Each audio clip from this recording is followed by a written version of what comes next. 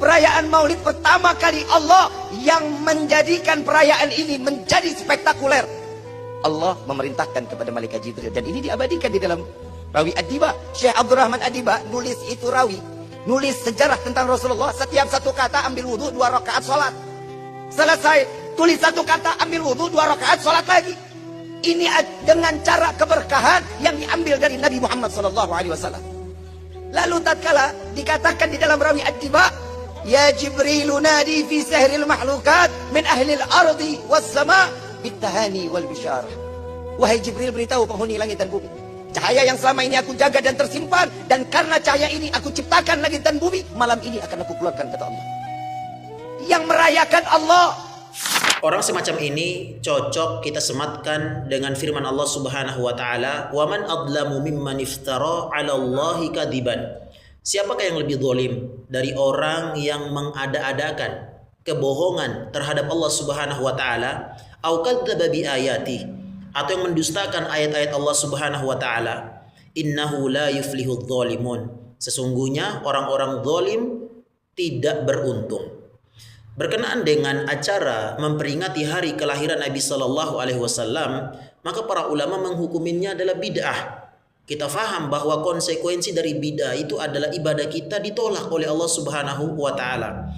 Bukankah harapan kita adalah ibadah yang kita kerjakan itu diterima oleh Allah Subhanahu wa taala? Bukankah itu harapan kita? Sehingga kita selalu berdoa dan meminta kepada Allah Subhanahu wa taala, "Rabbana taqabbal minna innaka antas samiul alim wa tub alaina innaka antat tawwabur rahim." Kita minta sama Allah agar ibadah kita diterima. Loh, bagaimana bisa ibadah kita mau diterima sedangkan kita melakukan amaliyah khilaf minas sunnah, menyelisihi sunnah Nabi Sallallahu Alaihi Wasallam?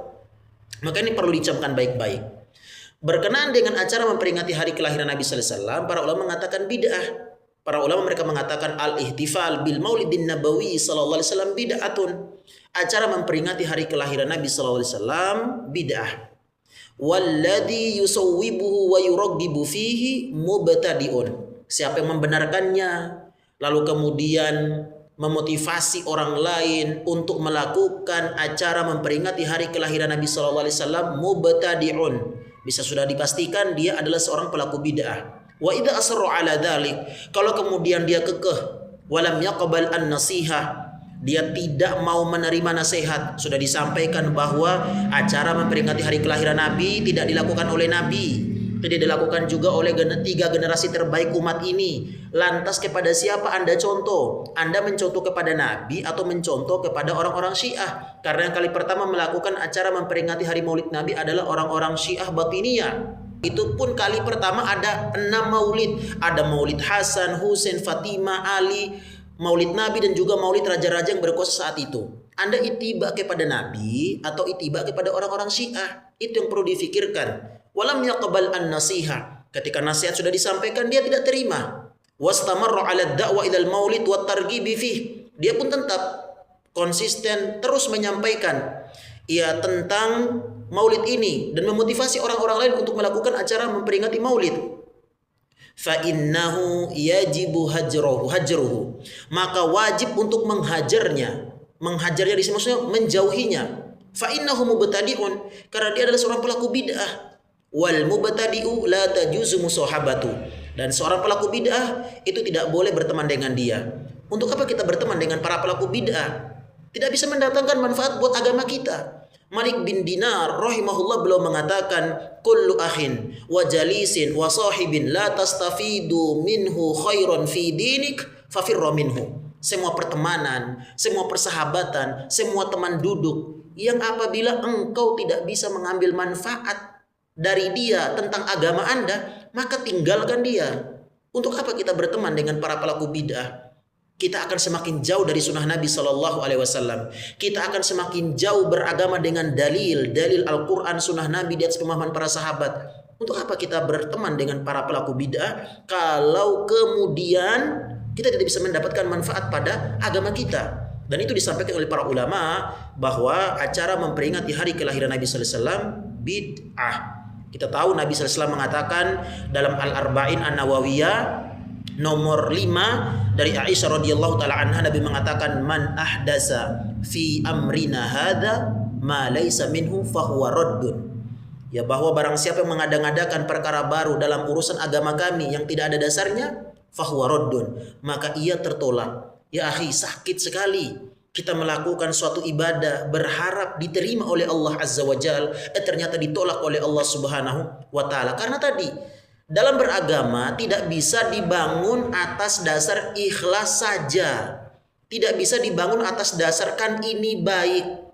Tidak bisa dibangun atas dasar yang penting niat kami baik. Ingat, kata sahabat Nabi Shallallahu Alaihi Wasallam, kullu bid'atin dolala wa in ro'ahan nasu hasana. Semua bid'ah itu sesat, walaupun manusia menganggapnya baik.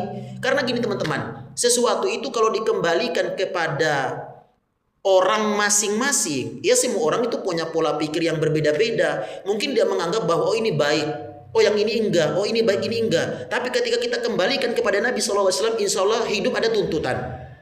Itulah mengapa di dalam Al-Quran, Quran surat An-Nisa, Allah mengatakan, wa ma arsalna mir rasulin illa liyuta'a bi'idnillah. Tidaklah kami utus Muhammad kecuali untuk diikuti, ditaati dengan izin Allah Subhanahu wa Ta'ala. Ketika menyebutkan ayat ini, para ulama mereka mengatakan bahwa annallaha tabaraka wa ta'ala akhbarona annal hikmata min irsalir rusul huwal mutu al matbu'. Bahwa Allah mengabarkan kepada kita di antara hikmah tujuannya diutus para nabi agar kita mentaati mereka dan mengikuti mereka. Nabi SAW diutus untuk diikuti. Nabi SAW diutus untuk ditaati. Dan itulah konsekuensi dari kita cinta sama Nabi SAW. Wa alla ya'budallah illa bima syara'a. Kita tidak beribadah sama Allah kecuali apa yang disyariatkan oleh Nabi SAW. Untuk apa lakuin acara maulid Nabi ini? Ingat, kita bahagia dengan kelahiran Nabi itu sebuah keharusan. Kata para ulama, inna min a'dhamin ni'am bi'satur rasul ilaina. Di antara tanda kenikmatan yang agung adalah diutusnya Nabi kepada kita. Kita wajib bersyukur dengan itu, tapi tidak dengan merayakan. Kata para ulama, bentuk kita cinta sama Rasul pertama ta'atuhu fima amar.